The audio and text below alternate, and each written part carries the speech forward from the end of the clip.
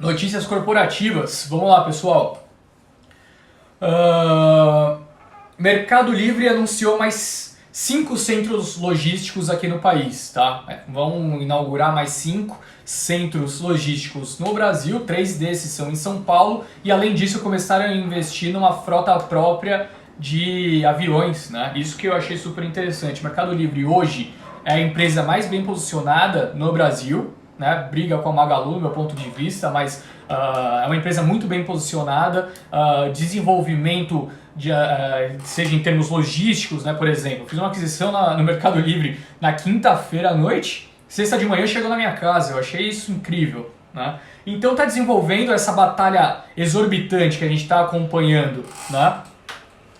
Aqui no setor de varejo eletrônico é de fato uma batalha muito expressiva. Aí você fala, putz, Henrique, mas como que eu vou investir em Mercado Livre atualmente, sendo que é uma empresa argentina? Bom, tem a BDR, né? BDR de Mercado Livre se chama Meli34, tá? Então se você quiser comprar, fique à vontade, mas tem que lembrar que tem custos inerentes também ao fato de ser uma BDR, tá? Não é o mesmo custo que você pagaria a respeito de uma empresa normal. Eu tenho um vídeo falando sobre isso também no YouTube, caso você tenha dúvida, tá?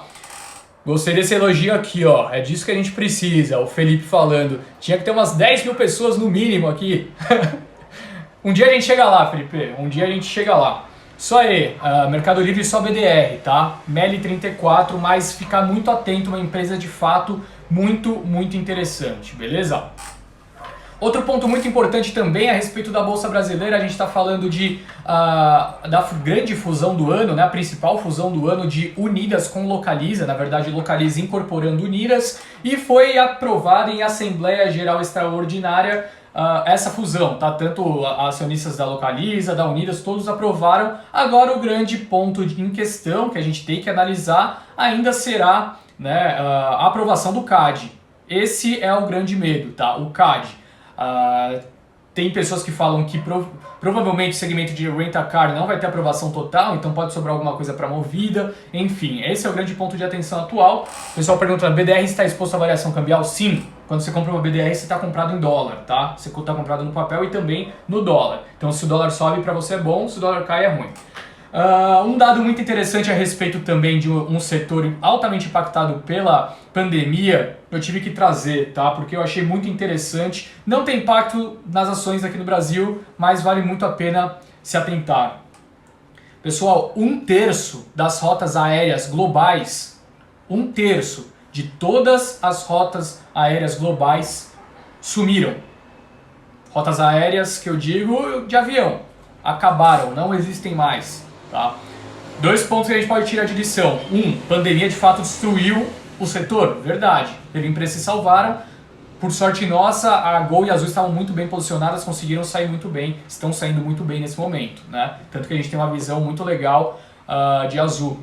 Agora, segundo ponto de atenção, abriu muita oportunidade. Né? Abriu muita oportunidade. Aqui no Brasil nem tanto, que a gente não tem muita linha aérea, né? Então aqui nem tanto. Mas lá fora, principalmente Europa, quem sobreviveu vai ter muita rota que vai sobrar, que vai poder ser reiniciada, né? Então, quem estava bem financeiramente tem um mar de investimentos e consolidação, e quem estava mal, quebrou. Né? Sobre Eletrobras, ponto muito interessante de atenção também, o governo deve retomar negociações a respeito da privatização da Eletrobras em 2021, segundo o CEO da empresa, tá? Então, até o fim desse ano morreu esse assunto de privatização da Eletrobras, vai ficar de fato para o ano que vem, tá? E esse é um ponto de atenção também, criação de expectativa. Eu falei que isso pode fazer preço. A partir do momento que a gente começar a falar mais de privatização, reforma, etc., isso também pode dar um impacto positivo na bolsa, tá? E um segundo ponto de atenção é que o próprio CEO da empresa diz que em um caso de privatização da Eletrobras, a empresa vai vender fatias tanto na EMAI quanto na CE, tá? Tipo, quem não entende o que é CE, CEEE, né? Uma outra divisão também que é da Eletrobras. As privatizações devem ocorrer na venda dessas fatias de ambas as companhias, tá? A Oi informou que a dívida com a Anatel vai ser resolvida ainda nesse ano e, né, prevê um acordo com o governo para cortar pela metade da sua dívida pública ainda em 2020. Né? Então, noticiário para Oi, do meu ponto de vista, muito interessante. Acredito, claro, já teve uma precificação de tudo isso que aconteceu recentemente. Papel, por exemplo, o Oi BR3 saiu de R$1, né, um e alguma coisinha, para mais ou menos 1,70, que é o que negocia agora, mas nesse momento acho que a simetria de risco é interessante, tá? Tudo que era grande risco para Oi já ficou para trás. Agora, do meu ponto de vista, atenção, né? Primeiro para os leilões que vão acontecer até o fim do ano e a aprovação do CAD para uma possível venda dos ativos do segmento da Oi Imóvel, né? Tanto para Claro, TIM e Vivo. Bom, continuando aqui, concessões da CCR teve nova máxima semanal de tráfego desde o início da pandemia. Esse dado foi divulgado na sexta-feira à noite, então pouca gente olhou para ele ainda. Maior fluxo semanal desde o início da pandemia. A atividade econômica brasileira está reaquecendo e reaquecendo muito forte, tá? Proxy de reatividade é extremamente importante, tá?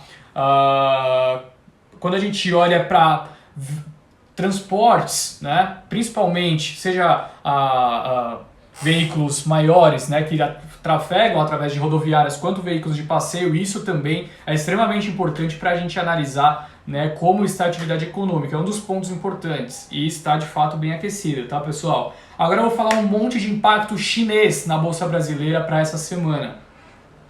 A começar com uma notícia que saiu ainda, né, no pregão de sexta, então já fez o preço que deveria fazer, mas para mim é um ponto de atenção porque estão saindo muitas notícias a respeito desse tópico, que é, né, que a China encontrou novamente em embalagem da Marfrig extratos de coronavírus, né? Então, assim, estranho, né? Isso já não é a primeira vez que acontece, mas novamente a China informou. Por coincidência, até foi na cidade de Wuhan que encontraram esse extrato, né, de coronavírus em embalagem da Marfrig. Isso já foi motivador para que unidades de frigoríficos brasileiros fechassem, né, suspendessem suas operações, suspendessem exportação para a China. Vamos ver como vai ser a reação da Marfrig, tá? E caso isso volte a aparecer, que isso estava fazendo preço e deve continuar fazendo, beleza?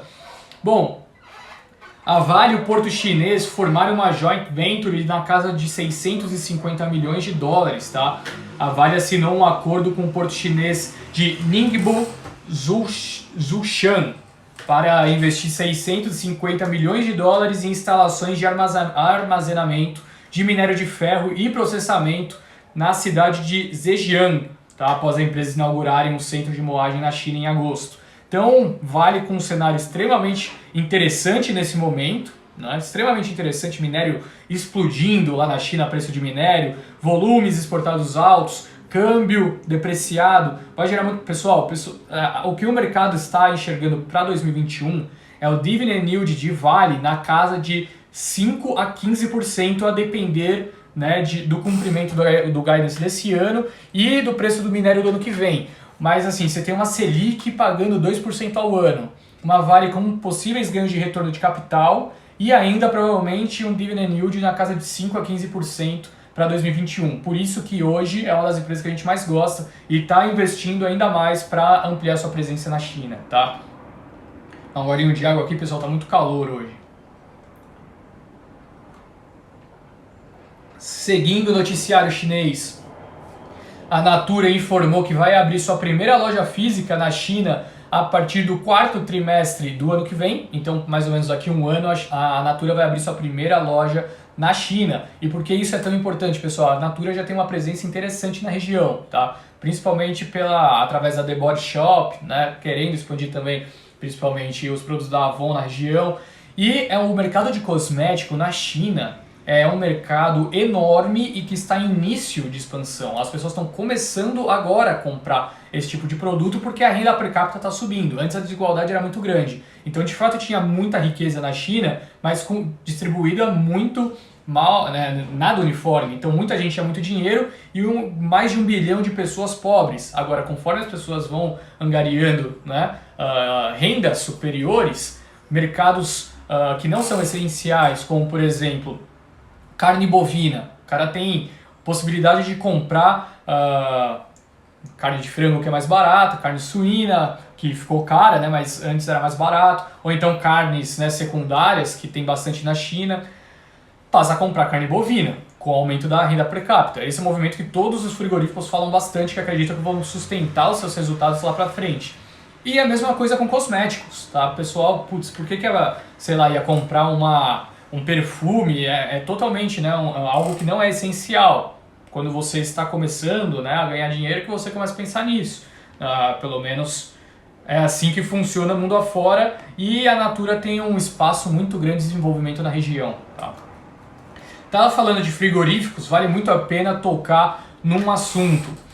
O principal ponto que fez com que os frigoríficos não andassem esse ano foram as questões de ESG. O próprio CFO da JBS me disse isso, né, que eles vão investir muito em questões de ESG, até para fazer a listagem lá fora, né? As questões de meio ambiente são muito preocupantes e muitos investidores internacionais hoje olham com muita atenção para isso, para realizar seus investimentos. E, bom, JBS começou a investir muito nisso, Marfrig também, e já temos o início de um resultado muito positivo para o setor, que pode começar a fazer preço mais para frente, tendo em vista que todo mundo olha o setor como algo muito barato, né? Quer dizer, a maioria do mercado. Bom, setor de proteína animal sobe em ranking ESG. A Fair Initiative, né, associação de investidores que juntos detém 25 trilhões de dólares sob sua gestão e conta com membros de porte como a Nordea, o UBS, PIMCO, Credit Suisse. Todo mundo faz parte, né, dessa iniciativa que conta com mais de 25 trilhões de dólares, e nessa semana a entidade lançou sua terceira edição do Coller Fair Protein Products Index, tá, que avalia 60 companhias globais de capital aberto ligada à produção de alimentos à base de carnes, peixes e lácteos. Bom, JBS, Marfrig, BRF, Minerva, todas essas empresas foram avaliadas, as principais lá de fora também. E bom, como eu disse, né, é um índice que os investidores costumam consultar antes, né, de realizar investimentos no setor, né, ou aplicar ou manter recursos no segmento de proteína animal. Vale destaque, né, embora o relatório ainda continue apontando um risco médio tanto para Marfrig, BRF, JBS e um risco alto para Minerva, bom, as três primeiras empresas galgaram posições que indicam avanços em sustentabilidade, tá? Os critérios envolvem tanto emissões de gás estufa, desmatamento, uso de antibióticos, enfim, todas elas subiram no ranking. Então a expectativa que a gente pode começar a ter é que investimentos de fora que já estão começando a vir possam vir também para o setor, tendo em vista que está muito descontado, 2, que tinha essa como uma grande preocupação. Então ficar muito atento ao setor de proteína animal, pode ganhar um fluxo de investimento mais interessante nos próximos dias. Para terminar, duas notícias rápidas aqui. A CVC marcou para o dia 19 de novembro, ou seja, acho que é quinta-feira, né? Deixa eu confirmar aqui. Quinta-feira, a Assembleia Geral dos Debenturistas, tá? Para deliberar a proposta da diretoria para receber mais prazo e mudar a remuneração dos títulos de dívidas emitidos. Segundo o documento protocolado na CVM na sexta, a CVC quer alterar diversos pontos pactuados durante as debentures, tá? Então, fica muito atento, se você está posicionado em debentures de CVC, alguns critérios podem ser alterados, tá? Ficar atento a essa assembleia. E por fim, Braskem, né? Essa é uma notícia do Lauro Jardim no Globo, que a Petrobras fez uma lista de pedidos à Odebrecht para conseguir, né, realizar esse seu desinvestimento aos poucos na companhia. Bom, pessoal, o passeio principal, né, tanto do cenário macro, político, corporativo. E agora eu vou trazer para vocês o que eu prometi desde o início e vou postar mais tarde no meu Instagram, que são as 15 empresas com os maiores potenciais de alta, segundo os analistas dos grandes bancos que cobrem o setor.